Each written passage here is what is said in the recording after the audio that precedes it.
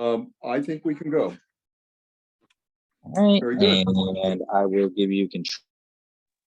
Alrighty, thank you. And I can begin now. I see the time is 7:01. Today is July 27th, 2023. My name is Fred Chase, and I will call to order this meeting of the Rules and Procedures Committee of the Bridgewater Town Council. I'll read the COVID disclosure statement initially. Pursuant to Section 20 of Chapter 20 of the Acts of 2020, an act relative to extending certain COVID-19 measures adopted during the state of emergency and the March 31st, 2025 extension granted by Chapter 22 of the Acts of 2022. This meeting for the town of Bridgewater will be fully remote and accessible to the public for remote participation to the greatest extent possible. No in-person attendance is permitted. Citizens who wish to tune in to the meeting may do so via Zoom. I note that we have a quorum present this evening. I see that Councilors Paul Murphy and Bradford McKinnon are here with me. And I don't see the presence of any member of the public at this point. So we have, just with reference to our formal agenda, we have no meeting minutes to approve because we would not be able to do so with two new members who were not previously part of this body. So we don't need to worry about that. We have a public comment period next on our agenda, and seeing no members of the public present, I think we can move beyond that. So item D refers to the scope of the Rules and Procedures Committee. And I did send to each of you, Paul and Brad, the couple of pages that I had prepared on that topic. And I really did so thinking that, well, we don't need to read this into the record. We don't need to necessarily discuss any of it here, but we have the option to do so.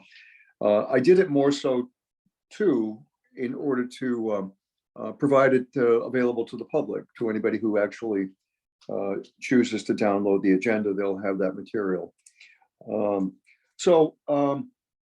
What I will say just at the outset is, to the extent that either of you have any comments or questions or concerns about that, you know, by all means, just sing out and let me know. I think what I would just stress about it is that, of course, it is important, I think, as I noted, the fact that it's not necessarily intuitive to the public in general or to the other members of the council what the real role of the Rules and Procedures Committee is. And in that respect, it's a little bit different from the roles of some of our other town council committees. Obviously, you know, committees that are dedicated to public safety matters, for example, well, you know, we can intuitively know what that's all about. And I described at some length, you know, what we do. And typically it comes down to a matter of, you know, vetting legislation that's been referred to us within the context of existing law. That often might just be limited to town law, you know, our own town ordinances in our charter, you know, or it could call into question interaction between proposed legislation and some state law. So it really is a little difficult to kind of characterize generally, but I think that gives you a little sense of the what the scope of it is. Now, what I think, and this is my personal observation, but I think what is most important about our role on the committee is to give a fair hearing to the legislation that's being referred to us. You both know, obviously by now, how quickly things tend to move in the full council session. Legislation is going to receive 2 readings in the council And it's not at all unusual that that first reading is maybe going to be maybe nothing more actually than a referral to a committee. There could be debate on the council floor at the first reading. Sometimes there is, but it's more frequently the case, I think, that the referral will be made to a committee, and then it's the committee's job to, actually study the legislation and consider its merits. And in our case, we also consider things like the propriety of it. How well does it fit in with existing law, our existing ordinances, things like that. So the reason I bring it up is just that you probably realize that it's possible for a councilor, any town councilor, to kill legislation, in effect.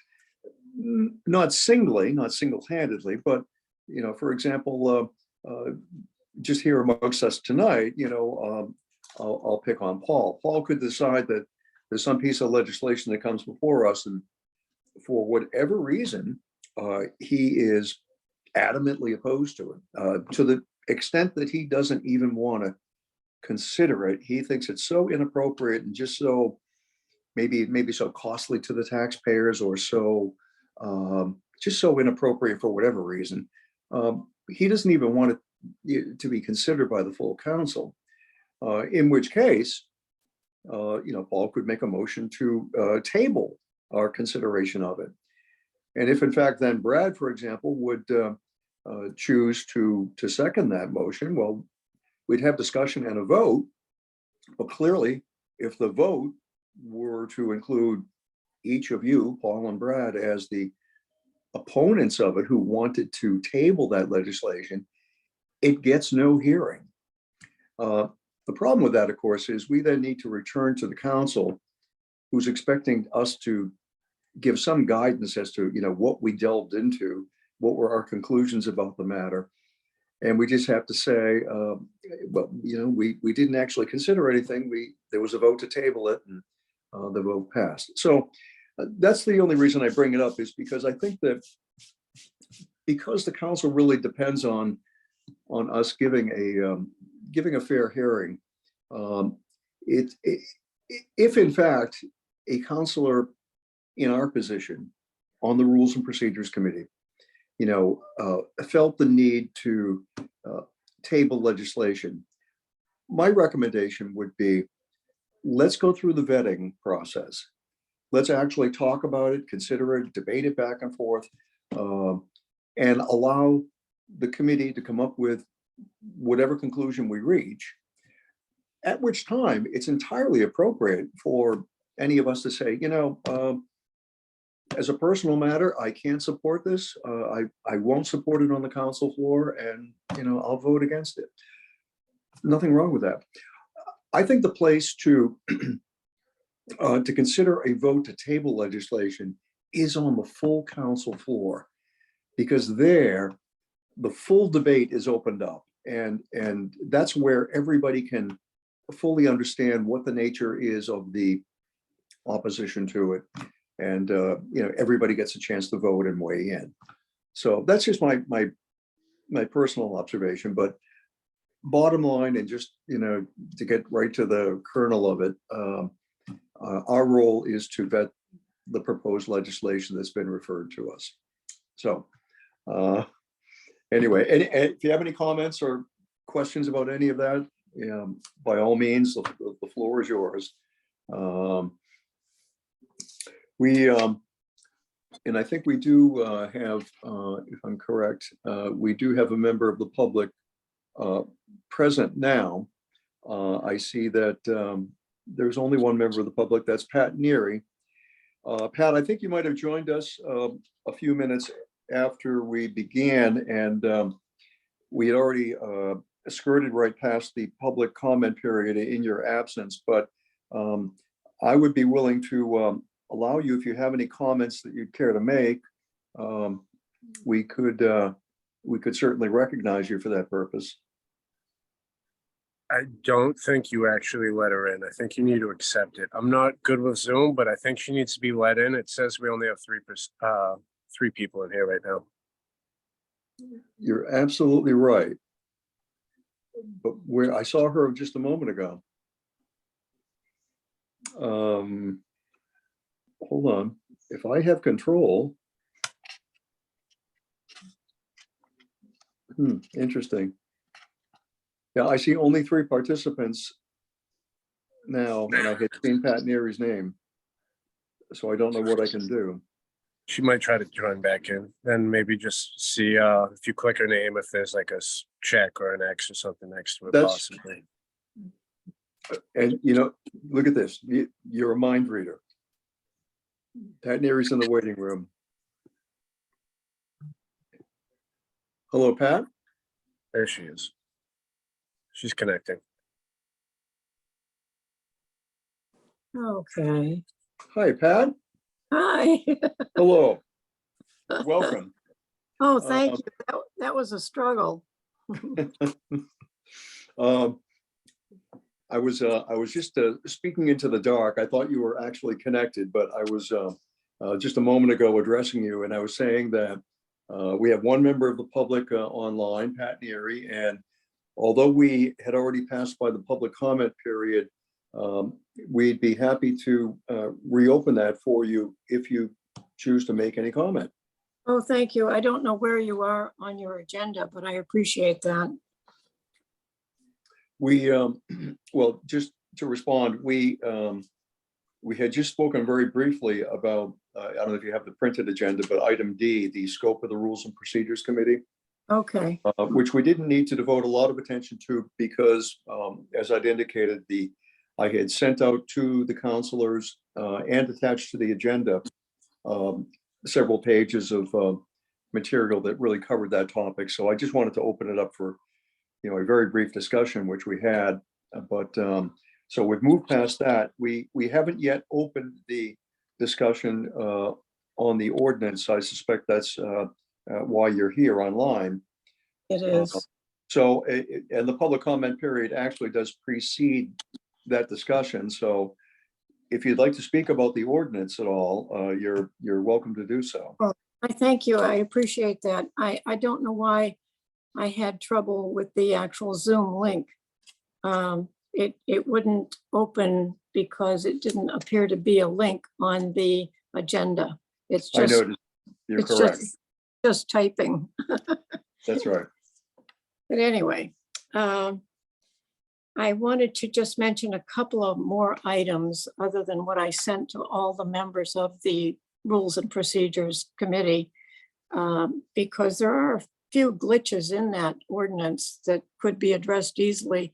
I'm not even sure if it can be done with your committee or has to be done elsewhere.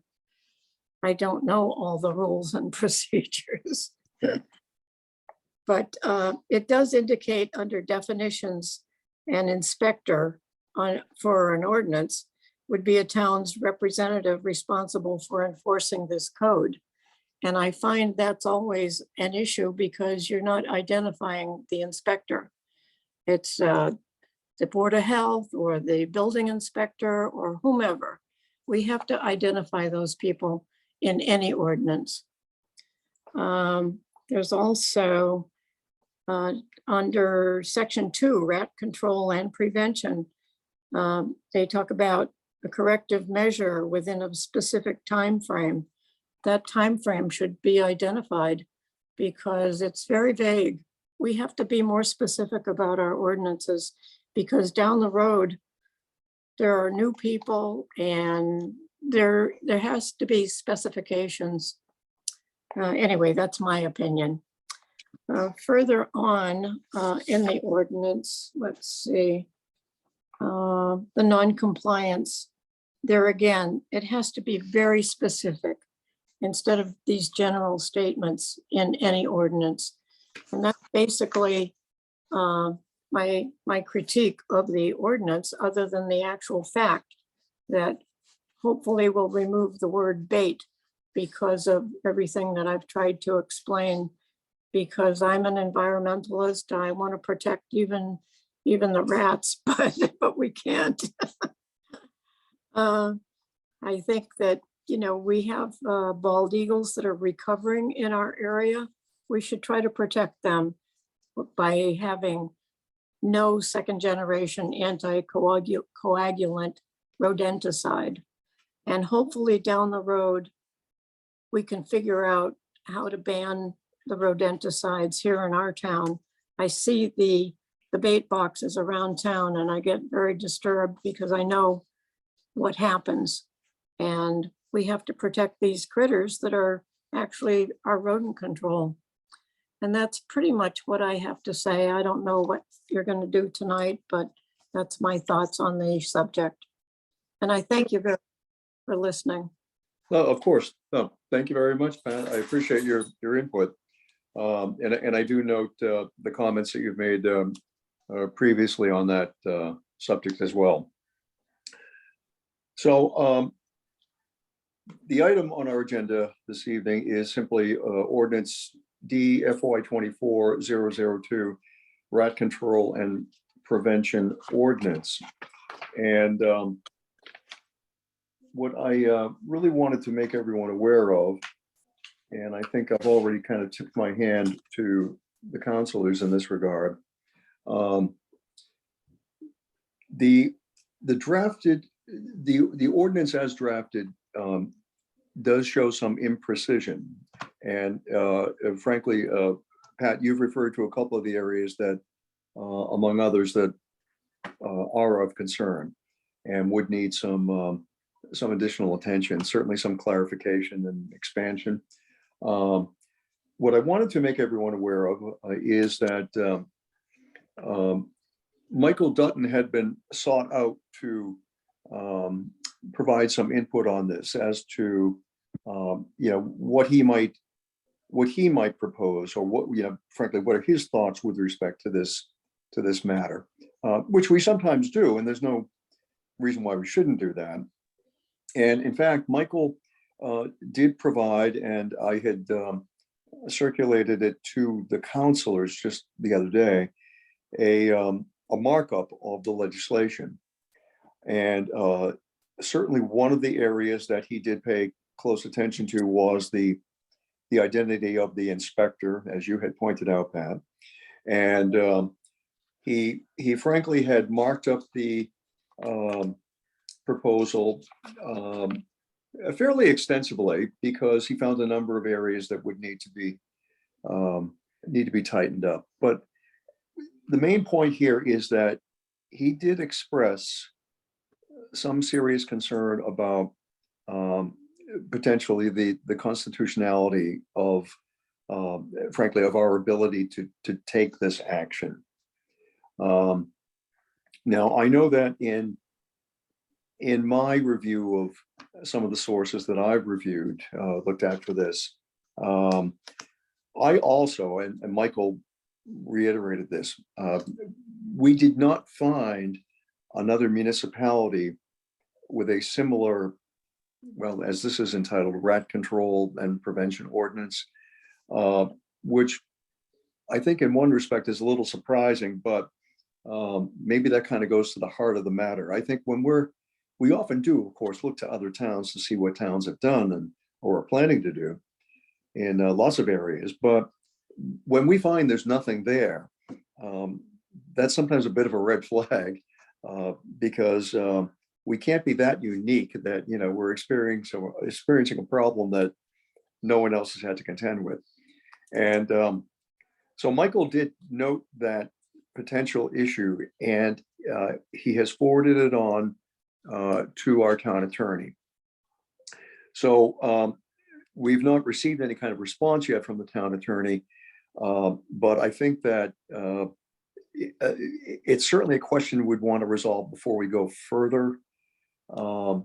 In fact, I've had just a very brief discussion with the proponent, with President Moore, and his inclination was perhaps we should keep the matter in committee, just vote to do that tonight, not take any action one way or the other on it, and simply wait until we can get a little more guidance from the town attorney.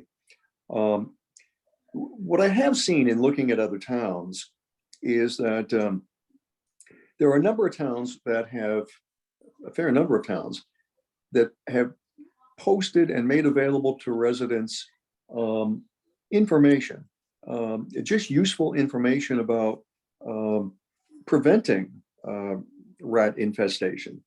And it's all very logical. It's all very simple, some of which is actually alluded to here in the proposed legislation we have, just maybe more expansive, and it kind of goes into more detail. In fact, I noted that from the websites of where Cambridge, the city of Cambridge, and I think it was the town of Arlington. I could be wrong about that, but No. two cities that had absolutely identical language, which tells me either that they've, someone has copied someone else, and that happens, or that they've actually made reference of some common resource that we haven't yet seized upon, and they've decided to take that language exactly as it exists and adopt it themselves. But that's one way that towns appear to be tackling this problem without actually, an enforcement mechanism such as a rat control ordinance. The other way that some towns address this issue, particularly since, as in our case, we're looking at a situation in town right now where, some poultry seems to be the attraction, or the food that's being left for poultry, is to actually adopt poultry regulations. And in that regard, I did find that, for instance, this was the town of Arlington, does have some fairly extensive regulations concerning poultry and the upkeep of the premises, and how the food should be prevented from being readily available by vermin, things like that. So that's one example. And I did send to the counselors this evening. I had found just yesterday, I think, the proposed regulations here in Bridgewater. These were Board of Health regulations that were proposed in April of 2016. And the regulations were posted to our town website in 2019, which certainly would cause me and anyone else to believe that these are currently in force regulations. Nonetheless, what I have determined is that those regulations were only proposed. They were never adopted by the Board of Health. Certainly in 2019, they should never have been uploaded to the town website, but they were. And they're very expansive. In fact, they're more in depth than the town of Arlington regulations dealing with poultry.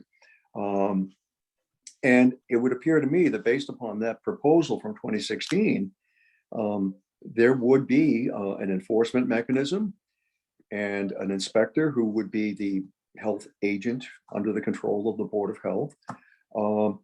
And generally speaking, this whole issue of, pest control tends to be a matter that is more in the purview of the Board of Health of towns generally. And it just makes sense to me. I've looked at Chapter 111 in Massachusetts, and in fact, it makes very clear that, I'm just referring to it right now, one category is nuisances. Boards of health are required to examine into all nuisances, sources of filth, and causes of sickness within the city or town. Whenever a board is aware of a nuisance or cause of sickness that may be injurious to the public health, the board is required to remove or destroy the nuisance or cause of sickness, or prevent the nuisance or cause of sickness, The board is required to make regulations related to the removal and destruction of such nuisances. It goes on to give statutory citations. Boards may condemn all nuisances and clean or tear down a nuisance.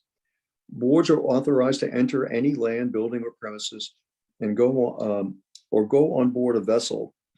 Not applicable here. But anyway, the point is taken that this really is right in the wheelhouse of the Board of Health. So that's a whole nother issue here to be resolved. In other words, what's before us in this proposed legislation would become a general ordinance of the town that presumably we as town council would enact, as opposed to what in many cases seems to be a Board of Health regulation. So that's one of the questions that needs to be resolved. And I think we need to speak with our town attorney a little bit about that angle. There's actually another issue, and it has to do with pesticides. And Mrs. Neary had brought up the problem of the so-called second generation anticoagulant rodenticides, which have that unfortunate effect of not only killing the pest, but if the carcass is to be consumed by another animal, it will in turn likely also kill that animal. This was an issue in the town of Arlington. And the town of Arlington actually had adopted a rule in order to prohibit the use of second generation anticoagulant rodenticides in Arlington on town property. So it was only to be a rule that would restrict the town of Arlington from applying that type of pesticide on their own property. Had nothing to do with residents. But even given that limitation, and that happened in sometime in late 2022, I think it was given effect, but the Attorney General weighed in on that and said that bylaw would violate law. And the law it would violate, I think, is the Massachusetts Pesticides Control Act, because that act gives complete control over the governance of pesticides or restrictions on pesticides to the Commonwealth.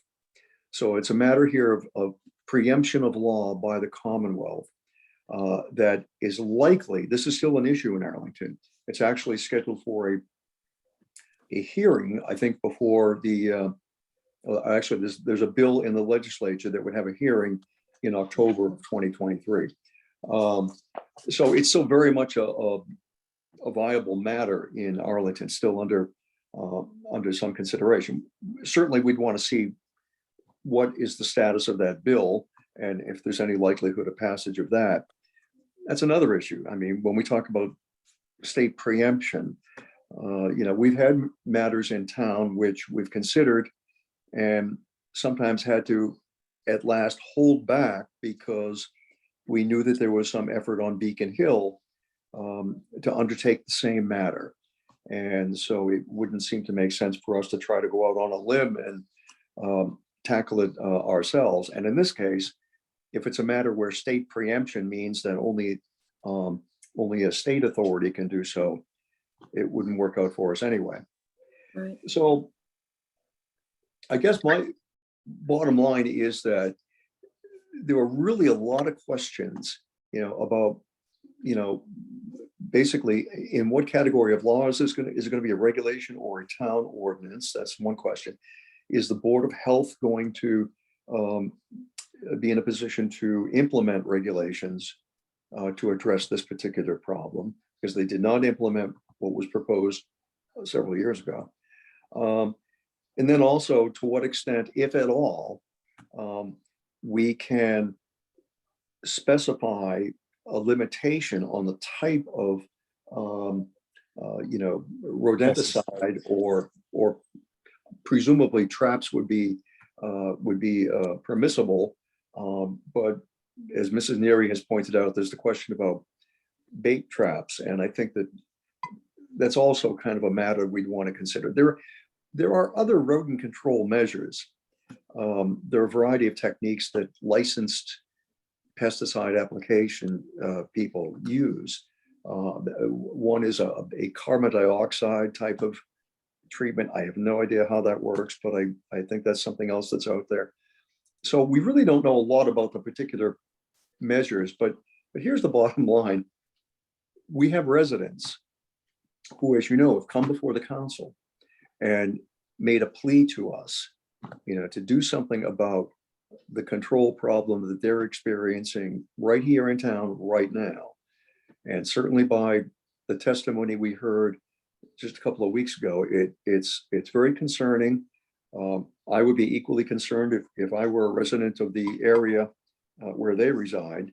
And I think those residents are certainly entitled to some serious and prompt relief. So all that being said, I'm inclined, and this was the inclination, as I said, also of Eric Moore, who proposed this matter, that maybe we simply keep it in committee tonight without any disposition and await further guidance from our town attorney. But let me open it up to each of you, Paul and Brad, if you have comments or thoughts on that, by all means. So coming into this, that was my whole idea, was for us to keep it on committee, but just wait till we get a little bit more guidance from Jason, see what we can and can't really do and all that, because train's going by right now. Hold on. You've got a noise issue there, huh? Yeah, you don't want to hear that through the phone. It's usually pretty loud. But yeah, it's definitely something I want to look into, because just my area of town too, you see them running all over the place and stuff with the river. Obviously that's gonna attract them more, but it's definitely a problem in town. I mean, you just go around the center square sometimes and you see them, and it's definitely something we should address. But comes to all that poison and stuff too, that's something we need to look into, see what we can do with all that, because there definitely are other ways to catch trap them, Mhm. It's really with me, like I said, it definitely would be good to get guidance from Jason when it comes to all of this, especially if there are no other towns out there that really have anything like this. But that's really all my comments. Okay, well, that's great. No, thank you very much. Thank you. Paul, do you have any particular thoughts on this at all? Yeah, Mike, I guess my question or comments were around the regulations that were proposed by the Board of Health that you referenced in April of 16. What is the process for those being approved beyond just the proposal? Do we know that, or is that a question again for Jason? Well, the board, in my understanding, the board does have the ability to make their own regulations. They do so within the larger context of state law. For example, Chapter 111, I think, is where the state sanitary code appears. And for example, that little snippet that I read online comes from the Board of Health manual of the Commonwealth. And it's, as you might imagine, it's very explicit. It's intended to be instructive for Board of Health members to better understand their role. But my impression is that within the context of that statute and some regulations under it, individual boards of health have the authority to make specific regulations for their respective towns. So I think my hunch is, kind of my impression is, that back in 2016, this was proposed, and I suspect there was either opposition to it, or the board just wasn't of one mind, apparently, and it was never adopted. Clearly, a very diligent attempt was made to codify all that material, and to it appears certainly to be very well vetted and I almost think it could be taken off the shelf and put into effect today. But again, that's a question. If in fact the Board of Health is the appropriate place for this to take place, as opposed to a general ordinance that we on the town council could enact. So I guess it goes back to that same issue of, getting a little clarity on that certainly, and this, the constitutional issue that, Michael didn't really expand upon, but, I think it might be related to that, rodenticide, issue, the fact that, state law is superior in that particular respect, with respect to preemption of local law. So that's about all I can offer at this point. I guess if any more discussion, I'd certainly be willing to put forward a motion for us to retain this in committee, which at least would allow us to return to it. Many matters that rules and procedures will encounter are dealt with within a single session, but that's not at all to say that they have to be, and certainly some are not. When we considered, for example, some of the amendments that we enacted with respect to re-precincting a year or so ago, there was a great deal of attention that had to be paid to those matters, that all did need to be sent to the legislature. The Attorney General's office did have to review all of that. So there was a lot of time devoted to that. So that's certainly a case where we would have multiple opportunities and need multiple opportunities to fully vet something. But frankly, very often we were able to dispose of issues within a single session. But I'm thinking that this is appropriate for us to consider just maintaining in our committee without any action tonight. Any discussion on that? I think Brad's on board. I don't know. I would second Paul? that. It'd be really good for us to get some guidance from Jason on said matter, especially if we're trying to do something new that not many towns have even got through, Okay, yeah. Paul, is that sitting well with you? I think so, just to clarify those lingering questions especially. May I make, Oh, hi, Pat. would that be okay? Why don't I say this? This is a teachable moment. Paul and Brad, I think Pat wants to make a further comment, and so I'm going to defer to you. Why don't we simply decide, vote among ourselves, if that's something you care to allow, just because the agenda doesn't permit it right now. So I will motion that we should allow Pat a moment to make additional comments. Does anyone second that? I'll second it.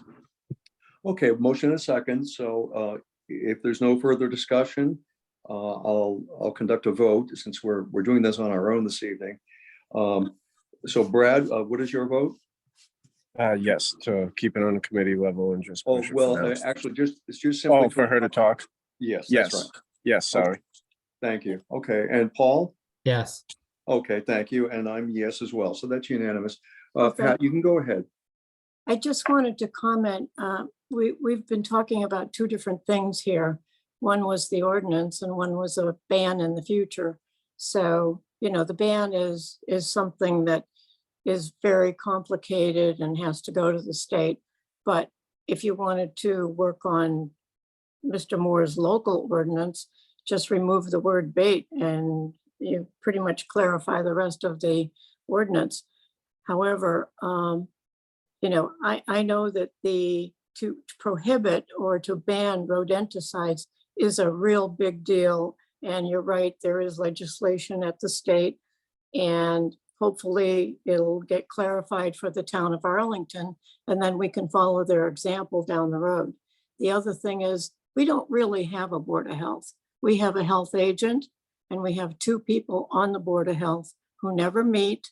So you're gonna have to find another way to enact certain things. So Okay. that's all I have to say.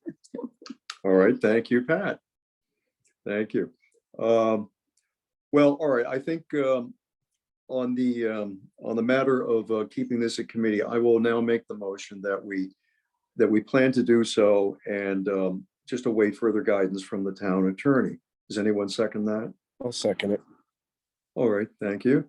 Any further discussion on that? No, sir. No? Okay. And I'll have a roll call vote. Paul, what is your vote? Yes, to keep it in committee. To keep it committed. Thank you. And Brad, you're yes? Yes. All right, and I'm yes as well. So we will, for the time being, keep this matter at the committee level. We'll notify the council of our decision and the fact that we're awaiting some further guidance. And I believe that is all we're empowered to do here tonight. Greg, could I ask? Yes, Go go ahead, ahead. Greg. I'm sorry, you were gonna, I was going to ask Fred, would it be possible to further follow up with our health agent in Bridgewater to understand their perspective on these matters and how they handle them from their area? Just to clarify, I think, with these proposed regulations and any current regulations that exist. it is, and I think it's appropriate we do so. I think the way we would do that, because we generally do not, we're generally just not able to interact directly with town departments. So I think if we do that through the town manager's office, but we can bring that to his attention that we'd like to know, specifically what would be the role, if any, if in fact, that were to be the route that we choose to take ultimately. But it would be important for us to know that. And so I think it's, there are any number of questions, but I think we'll, in due course, I hope very soon, get some responses and be able to meet again on this. So with that, I would entertain a motion for adjournment. Second it. Okay, we have a motion and a second. All right, okay. With that, I will ask for a roll call vote. And Brad, what is your vote on adjournment? Yes. Thank you. And Paul? Yes. Yes, okay. And I'm a yes as well. So have a great evening. Stay safe, stay cool tomorrow. And You I too. appreciate you being here tonight. Thank you. Thank you. Guys, have a good one. Thank you, Pat. Bye-bye. Thank you, Pat.